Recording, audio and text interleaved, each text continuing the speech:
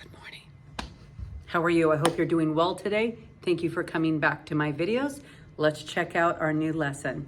Today's lesson is on slope-intercept form, and it's lesson 5.3 in our textbook. Yesterday we did 5.1 on just the concept of slope, which is that rise and run. Today we're going to do slope-intercept form, and these are in-class notes. So if you have a copy of those out, that would be great. You can also just take notes on a separate piece of paper. Let's get started. So the first one says, identify the m, the slope, and y-intercept b of each equation. So they've set up 6 equations here. I created this worksheet. I did it. It's mine. I created this worksheet, and we have 6 equations that are set up in slope-intercept form. That means it's of this variety. Y equals mx plus b. So we have our slope that tells us how much to rise and run, and we have our y-intercept. So the y-intercept tells us where this, in this case, this line starts on our y-axis. And this is our slope, which tells us how much rise and run we have. So we have slope and our y-intercept. Let's get started. I have a lot of variety of students. One of the variety of students that I has struggles with processing challenges. I have other students that struggle with learning challenges such as dyslexia, dysgraphia, dyscalculia.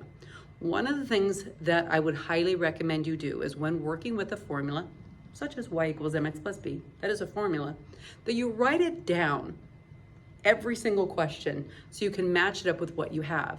It's going to give you a visual that you need. Let me scooch this way a little bit. Okay, so I'm going to, under this, write y equals mx plus b.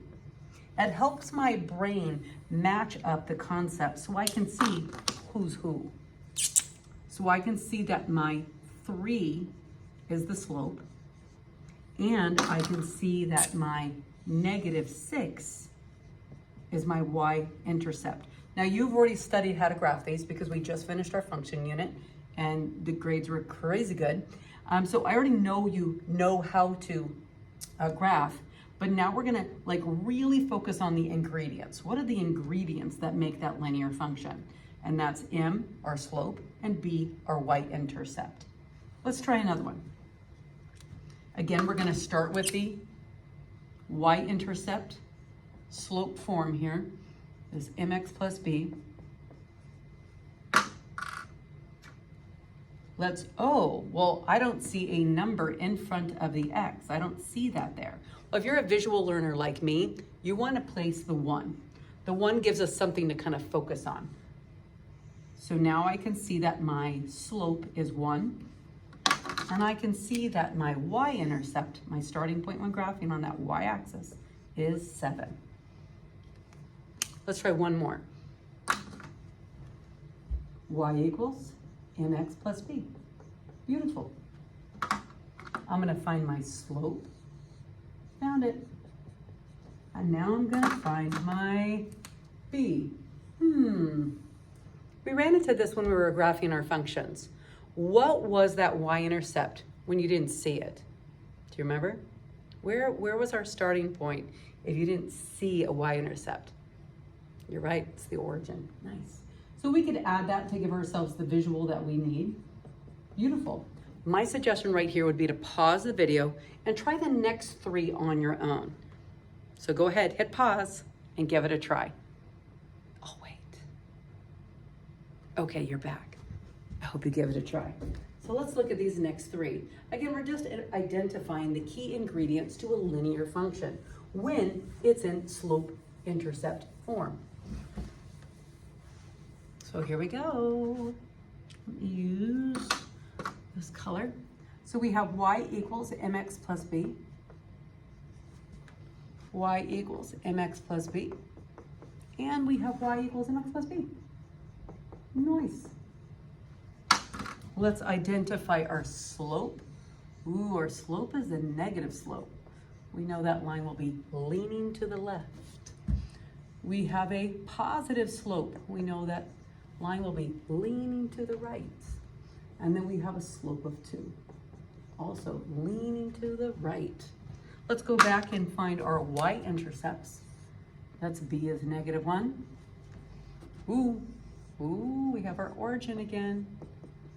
And -8. Beautiful. Let's move on to the next section. The next section says, write an equation of a line with the given slope m and y-intercept b. Well, that's interesting. That's the complete opposite of what we just did. So they gave us the equation in slope-intercept form, and then we took out the ingredients. Now they're giving us the ingredients to put right back into the formula. So let's give it a try. First step, write the formula down, especially if you're a kiddo like me that has processing difficulties. Definitely important to do. So mine is ADHD. So I struggle with attentional issues. So I might miss maybe writing the X in my final answer, or maybe a sign. This gives me a foundation to start with. It helps all kids, okay? That's a good strategy for all kids, not just kids like me. So we're gonna take our M and we're gonna drop into the spot of M. We're gonna take our B and drop it into the spot of B. And now we're gonna rewrite. Y equals -1x plus 8. You need the y equals, you need the x, and that negative is quite important. However, you can write this way if you prefer. Maybe if you're more visual or less visual. Some kids even throw in another another 1, so that when they're graphing, they know they start at 8, they rise 1 and go to the left 1. It's up to you. Next, let's try the next one. So we're going to start with our basic formula for slope-intercept form. We're going to drop our beautiful ingredients in there and see what we make. Cool beans. Why don't you give question 9 a try? So pause the video and give that next one a try. I'll wait.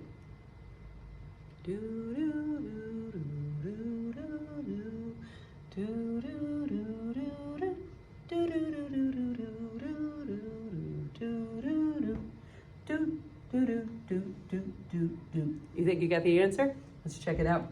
So we have y equals mx plus b. We're gonna drop in that beautiful ingredient. We're gonna drop in that beautiful ingredient, and let's see what we got. That's interesting. I mean, you could write that as your answer, but you could simplify it a bit. What's 0 times anything, including a letter? What's 0 times a letter? 0, you're right. So this whole piece is 0. We can kind of not write it. We can go with a final answer of this. That's kind of cool. Nice. So I'm going to stop the video here. I'm going to go to part 2, and we're going to go to the next part. Have a great day. Thanks for coming by. Bye.